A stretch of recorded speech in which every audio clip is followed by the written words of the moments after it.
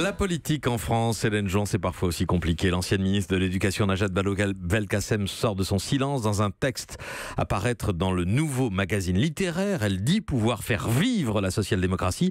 C'est un premier pas vers une éventuelle candidature à la tête du PS. L'avenir a plus d'imagination que toi, lui disait sa mère. C'est le titre du livre que Najat Vallaud-Belkacem avait choisi pour raconter l'an dernier son parcours. Et quel meilleur slogan pour un PS assurément dans le coma, assurément sans leader ni chemin. Avec cette tribune, elle a l'habileté de revenir par le terrain des idées et de poser la seule question essentielle: qu'est-ce que le progressisme moderne? Aux embourgeoisés, aux endormis, elle dit: réveillez-vous, la France a besoin d'une autre voie que celle que propose le bloc libéral, la droite xénophobe, nationaliste et autoritaire et la gauche populiste.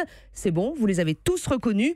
Eh bien, ce paysage politique actuel, Najat Vallaud-Belkacem veut opposer une social-démocratie refondée, dit-elle, en rupture avec l'ordre établi, comme François Mitterrand avant elle. Un texte qui intervient alors que certains de ses amis la poussent à prendre le leadership sur le Parti socialiste. Quels sont ses atouts, Hélène? Sa notoriété d'abord, pas encore candidate, elle fait déjà la une de Libération, se réjouissait il y a quelques jours un élu de terrain. Les militants socialistes n'attendent que ça, quelqu'un qui incarne médiatiquement parlant leur parti moribond. Sa jeunesse aussi, même génération que Laurent Wauquiez, élu à la tête des Républicains, même âge qu'Emmanuel Macron, 40 ans, et un parcours en contrepoint exact de celui du président de la République. Élevés tous les deux à Amiens, elle dans le quartier nord du Pigeonnier, cité nord, lui dans le cossu Henryville.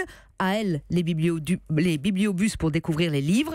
À lui, la culture en héritage au lycée La Providence. Elle a construit son parcours politique en se glissant dans le sillage de parrains socialistes. Lui les a trahis ou ralliés à sa cause pour se lancer seule et sur sa seule personne. Elle, fille d'immigrés, héritière d'un vieux parti. Lui, fils de médecin passé par chez Rothschild et président des riches. L'affiche est absolument parfaite pour le PS. Et les handicaps de Najat Vallaud-Belkacem? Un quinquennat quand même à assumer. Dans sa tribune, elle semble se débarrasser telle une chrysalide de l'héritage. Ne nous laissons pas enfermer dans le confessionnal beaucoup trop étroit du quinquennat de François Hollande, écrit-elle.